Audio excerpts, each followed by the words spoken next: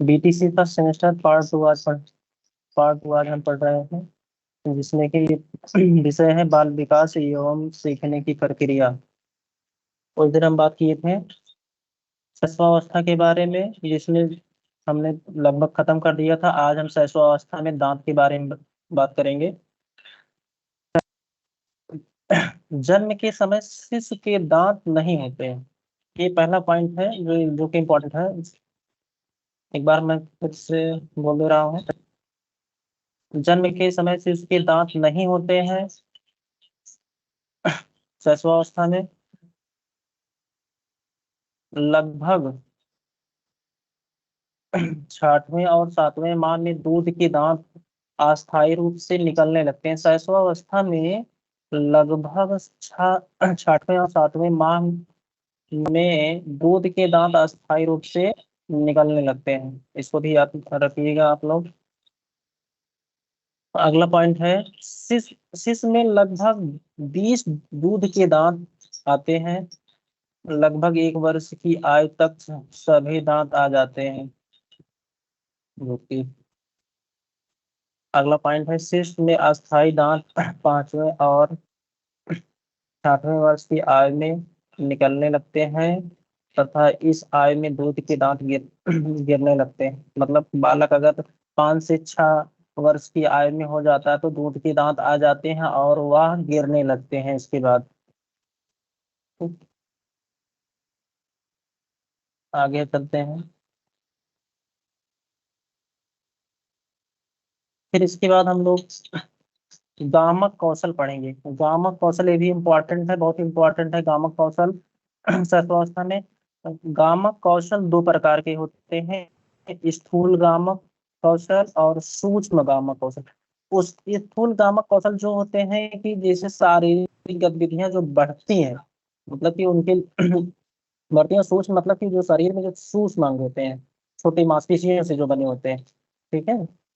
आगे हम देखेंगे। पहला देखेंगे स्थूलगामक कौशल, शारीरिक गतिविधियां। पहला पॉइंट है शारीरिक गतिविधियां, शारीरिक संतुलन, गति व नियंत्रण आदि की योग्यता।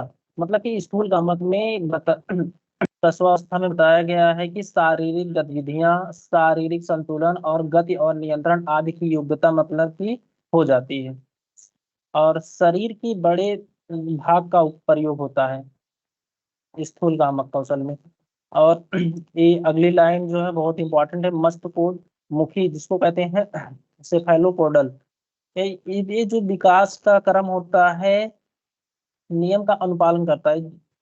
अब कई बार क्वेश्चन किया गया, विकास लंबवत रूप से सिर से पैर की ओर होता है तो इसे क्या कहा जाता है? मस्तिष्कोन्मुखी कहा जाता है। इसको सेफेलोपोडल कहा जाता है। पूछा जाता है विकास विकास में लंबवत रूप से शरीर से पैर की ओर जो होता है उसे क्या कहते हैं? मस्तिष्कोन्मुखी कहते हैं। 1 नंबर में पूछा जा सकता है बीटीसी में। इसको आप लोग ध्यान रखिए। आगे चलते हैं हम लोग। अगला है, दूसरा है सूक्ष्म गामक कौशल।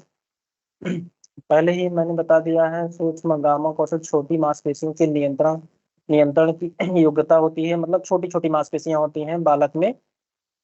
और अगला ये भी इम्पोर्टेंट है, समीपता प्रॉक्सी मोडिस्टल विकास का क्रम होता है। इसमें अनुपालन विकास एक केंद्र से बाहर की उतना जब शरीर मतलब कि बालक में केंद्र से बाहर की ओर जब उनका विकास होता है तो उसे ही समीपता कहते हैं, प्रॉक्सी मोडिस्टल कहते हैं। तो इसको याद रखिएगा, ये भी इम्पोर्टेंट है। मतलब बालक में जब विकास केंद्र से बाहर की ओर होगा तो उसे समीपता कहते हैं। 1 नंबर पूछा जाता है। ठीक है। आगे चलते हैं। सहस्वास्थ्य की कुछ शिक्षा होती है, पारिवारिक शिक्षा होती है। मतलब जब छोटा होगा तो उसे आप कैसे कैसे शिक्षा देते हैं ये भी पूछा जाता है कभी कभी। विशेषता में लिख सकते हैं आप लोग।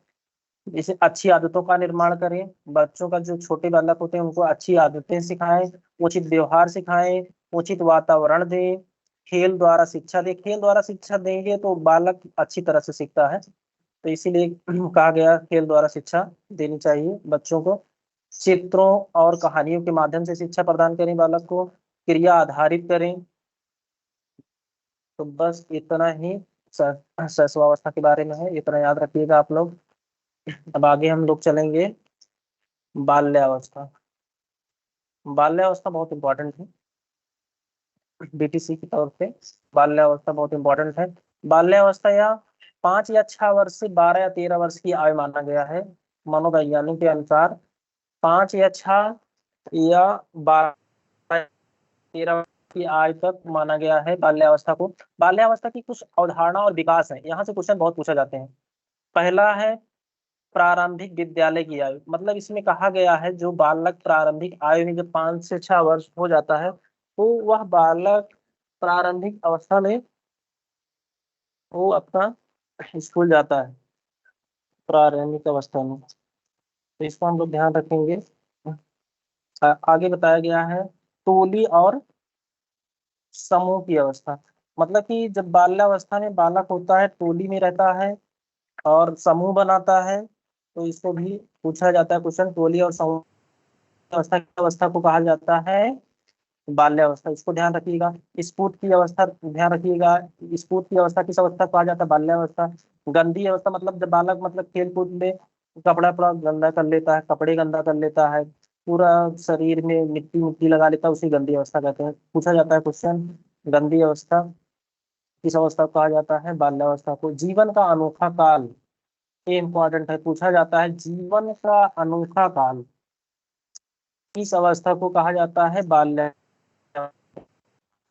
अमूर्त चिंतन भी करने लगता है बालक, तार्किक चिंतन करता है, खेल खेल की अवस्था होती है, मतलब खेल भी खेलता है। खेल पूछा जाता है खेल की अवस्था किस अवस्था को कहा जाता है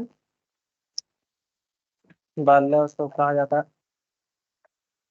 आगे हम लोग चलेंगे कुछ मनोवैज्ञानिक के अनुसार जो परिभाषाएं दी गई है बाल्यावस्था में, जैसे स्ट्रैंग के अनुसार कहा गया शायद ही ऐसा खेल हो जो जिसे 10 वर्ष के बालक न खेलते हैं। ठीक है, मतलब ऐसा खेल कोई बचा नहीं है जिसे 10 वर्ष के बालक न खेलते हैं। सब खेल मतलब खेल खेलना सीख लेते हैं। और पोल और ब्रुक्स के अनुसार बाल्यावस्था को जीवन का अनोखा काल कहा गया है, ये इम्पोर्टेंट है, ये भी इम्पोर्टेंट है। और आगे है बाल्यावस्था की विशेषताएं, ये बहुत इंपॉर्टेंट है बाल्यावस्था की विशेषताएं। हम लोग आगे चलेंगे बाल्यावस्था की विशेषताओं के बारे में पढ़ेंगे। देखिए बीच में मैंने एक चित्र बनाया है, ठीक है, एक बालक है, इसकी कुछ विशेषताएं हैं बाल्यावस्था में, जैसे शारीरिक और मानसिक स्थिरता, मतलब कि जब बालक बाल्यावस्था में पहुंचता है तब उसमें शारीरिक और मानसिक जो स्थिरता होती है, तो इसमें यह 6 से 7 वर्ष की आयु के बाद बालक के शारीरिक मानसिक विकास में स्थिरता आ जाती है। उसको हम लोग ध्यान रखेंगे, ठीक है, ये इंपॉर्टेंट है। अगला है जिज्ञासा में प्रबलता। जिज्ञासा में प्रबलता मानसिक स्थिरता तथा मानसिक योग्यता में वृद्धि के साथ बालक में अपने अपने अनुभवों को स्मरण करने की योग्यता आ जाती है, मतलब जिज्ञासा आ जाती है। फिर सामाजिक गुणों का विकास, तो बच्चों में सामाजिक गुणों का भी विकास हो जाता है इस समय। फिर अगला है रुचियों में परिवर्तन होने लगता है उनके, संचय प्रवृत्ति होने लगती है, समूह में प्रवृत्ति की प्रबलता होती है। निरुद्देश्य मतलब कोई उद्देश्य नहीं होता, वो भ्रमण करते रहते हैं। जैसे अ, एक मनोवैज्ञानिक थे बर्ड के अनुसार कि कि लगभग 9 वर्ष के बालकों में आवारा घूमने के बिना छुट्टी के विद्यालय से भागने और आलस्यपूर्ण जीवन व्यतीत करने लगते हैं और समान रूप से पाई जाती है ये आदतें। मतलब इसीलिए इसे उद्देश्य भ्रमण की प्रवृत्ति की कहा गया है। ठीक है, फिर नैतिक गुणों का विकास हो जाता है बच्चों में, मतलब 6 से 7 वर्ष की आयु में अच्छे बुरे का ज्ञान हो जाता है, मतलब ईमानदारी सामाजिक मूल्यों की भावना का विकास होने लगता है। इसे ही नैतिक गुणों का विकास भी कहा जाता है। फिर आगे हम लोग चलेंगे बाल्यावस्था में जो भी इम्पोर्टेंट है। देखिए इसमें इम्पोर्टेंट है, अब 1 नंबर में से पूछा जाएगा बीटीसी में, 1 नंबर में पूछा जाएगा बाल्यावस्था और शारीरिक विकास, मतलब शारीरिक विकास क्या कैसे होता है बाल्यावस्था में, इसको भी हम लोग पढ़ लेते हैं। जैसे कि लंबाई में उसका, इस अवस्था में लंबाई की गति शैशवावस्था की तुलना में धीमी गति से होता है। जब बाल्यावस्था में बालक पहुंचता है तब उसकी जो लंबाई में वृद्धि जो होती है वो धीमी गति से होती है। जैसे कि शरीर की लंबाई लगभग 5 से 7 सेंटीमीटर प्रतिवर्ष की गति से बढ़ती है। तो इसको हम लोग ध्यान रखेंगे।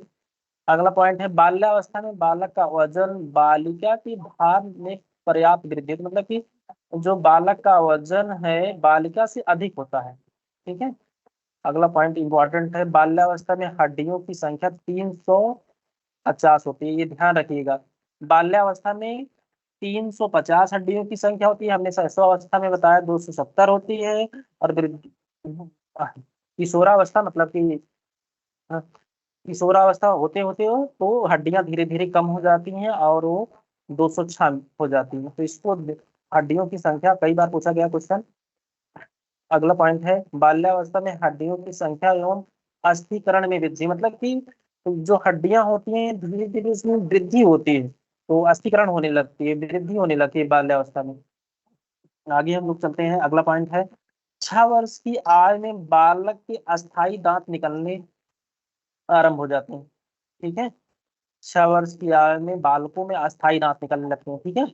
और 8 वर्ष में 7 दांत निकलते हैं, 10 वर्ष में 15 दांत हो जाते हैं, 12 वर्ष में 25 दांत हो जाते हैं। ठीक है। और बाल्यावस्था के अंत तक दांतों की संख्या लगभग 27 से 28 हो जाती है।